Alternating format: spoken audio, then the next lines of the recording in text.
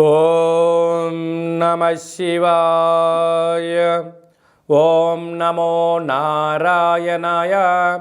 ఓం శ్రీ స్వర్ణాకర్షణ కాల భైరవాయ నమో నమః. ఓం శ్రీ నరదృష్టి నివారణ కాల భైరవాయ నమో నమః. ఓం కాళకాలాయ విద్మహే కాళాతీతాయ ధీమహి తన్నో శ్రీ స్వర్ణాకర్షణ కాలభైరవ ప్రచోదయాతు. ద్వాదశ రాశుల్లో గ్రహ గమనాలు ఒకసారి వీక్షింపచేద్దాం.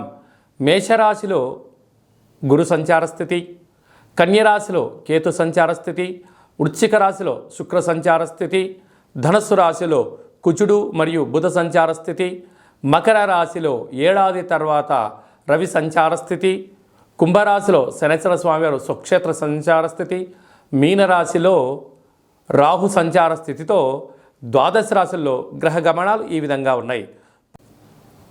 మిథున రాశి వారికి పుష్యమాస గురు పుష్యార్క యోగ సందర్భంగా ఎలాంటి విధి విధానాలు పాటించాలో ఈ వీడియోలో సవివరంగా సంపూర్ణంగా తెలుసుకుందాం.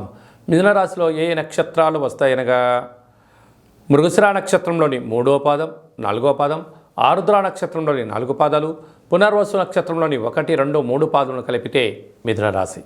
చాలామందికి పుట్టినటువంటి కాల సమయంలో డేటా బర్తులు లేనటువంటి ఏకైక కారణం చేత పేరు యొక్క మొదటి అక్షరాన్ని అనుసరిస్తూ ఆ రాశిని తెలుసుకునే ప్రయత్నం అవుతుంది. అవి ఏ అక్షరాలు ఒకసారి పరిశీలన చేద్దాం. క, కి, కు, ఖం, అజ్ఞ, చ, కే, కో, హ అక్షరాల వారందరూ కూడా మిథున రాశి జాతకులే. మిథున రాశి యొక్క అధిపతి బుధుడు. వీరు అందులో పునర్వసు నక్షత్రం ఎందులోనే ఉండడం, పుష్యమాసం అవ్వడం, అందులో గురువారం రోజు రావడం వలన ఏ రాశికి పట్టనటువంటి అదృష్టము ఈ మిథున రాశి వారికి ఉంది. కనుక గురువారం పూట పసుపు రంగు వస్త్రాలను ధరింపచేయడం, శనగపప్పుతో కూడుకున్న ఆహారాన్ని భుజింపచేయడం, ఇలాంటి వాటిని దానం చేయడం, ఒక పసుపు రంగు క్లాతులో శనగపప్పును మూట కట్టి 16 రూపాయల నాణెములను పెట్టి మీ మనసులో ఉన్నబడిన కోరికలు రాసి తెల్ల జిల్లేడు వృక్షానికి ముడుపు కట్టడం మీకు అదృష్టానికి స్వాగతం అని చెప్పి గమనించాలి. అలా కుదరలేదు, శివాలయంలో అభిషేకం చేసి తీసుకొని వెళ్ళి గోమాతకు సమర్పించండి. అలా కుదరలేదు, ప్రవహించే నీటిలో వేయండి.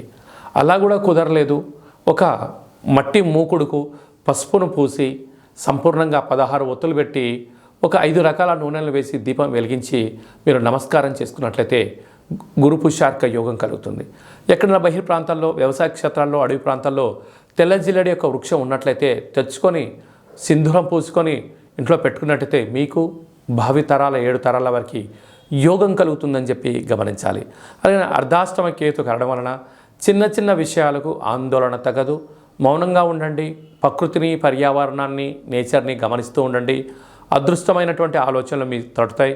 వాటితో విజయ పరంపర్యకు స్వాగతం పలకండి. 6వ స్థానంలో శుక్ర సంచార స్థితి ఉండడం వలన నూతనమైన వాహనాలు, వస్త్రాలు, బంగారు ఆభరణాలు, క్రయ విక్రయాలు యోగదాయకము. సప్తమంలో కుజుడు మరియు బుధ సంచార స్థితి కావడం వల్ల కుజదోష ప్రభావం ఉండినను అందులో బుధుడితో కలిసి ఉండడం వల్ల వ్యాపార సామ్రాజ్యంలో మీరు మకుటం లేని మహారాజులాగా వెలగడానికి చాలా అవకాశాలు ఉన్నాయి. వివాహ ప్రయత్నాలు కలిసి రావడం, సంపూర్ణమైనటువంటి ఏదైతే భూములు, వాహనాలు, భూ సంబంధమైనటువంటి కోర్టు సమస్యలు కూడా తొలగిపోతున్నాయి. అష్టమంలో రవి సంచార స్థితి ఉండడం వలన మీ జన్మ నక్షత్రం రోజున పూర్ణిమ తిథి యందున దూరావాయు జల ప్రయాణాలు పెట్టుకోకపోవడం ఉత్తమోత్తంగా భావించగలగాలి. భాగ్యస్థానంలో శని సంచార స్థితి ఉండడం వల్ల భార్య మాట భర్త, భర్త మాట భార్య ఒకరికొకరు మీరు పరస్పరమైనటువంటి భావాలు ఇచ్చిపుచ్చుకోవడం వలన గృహాల్లో, ఉద్యోగాల్లో, వ్యాపారాల్లో ఉన్నతమైనటువంటి పరిస్థితి మీ సొంతమవుతుందని చెప్పి గమనించాలి. రాజ్యస్థానంలో రాహు సంచారం చేయడం వలన మీరు కష్టపడి పనిచేయడం వలన, దుర్గామాత ఆశీస్సుల వలన, అటు కాళభైరవ స్వామికి ఆశీస్సుల వలన మీరు ఇంతింతై వటుడింత అయినట్టుగా ఉన్నత వ్యాపార సామ్రాజ్యానికి మీరే రారాజులు అవుతారని చెప్పి గమనించాలి. లాభస్థానంలో గురువు ఇక విపరీతమైన అదృష్టం, ఆనందం మీ సొంతం. కాకపోతే సకాలంలో తిండి, సకాలంలో నిద్ర, ఎప్పుడు చేసే పని మీరు అప్పుడు కంప్లీట్ చేయగలిగినట్లయితే అదృష్టం అంతా మీ వెంట పరిగెత్తుతుందని చెప్పి గమనించాలి.